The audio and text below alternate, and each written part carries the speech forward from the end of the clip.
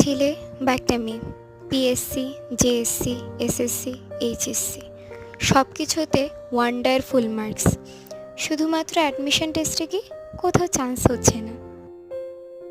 পাশ দিয়ে হেঁটে গেলে ছেলেটা ভালো, লাস্টে হয়তো পড়াশোনা করেনি তাই এই অবনতি।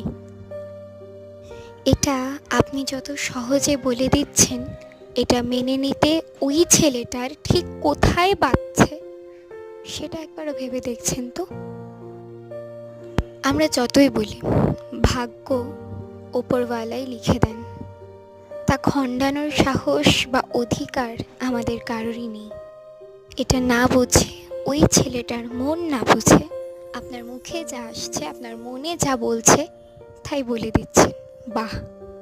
মানুষ একসাথে বাস করে ভালো থাকার জন্য, এটাই কি হওয়া উচিত এই আশেপাশের মানুষের চরিত্র?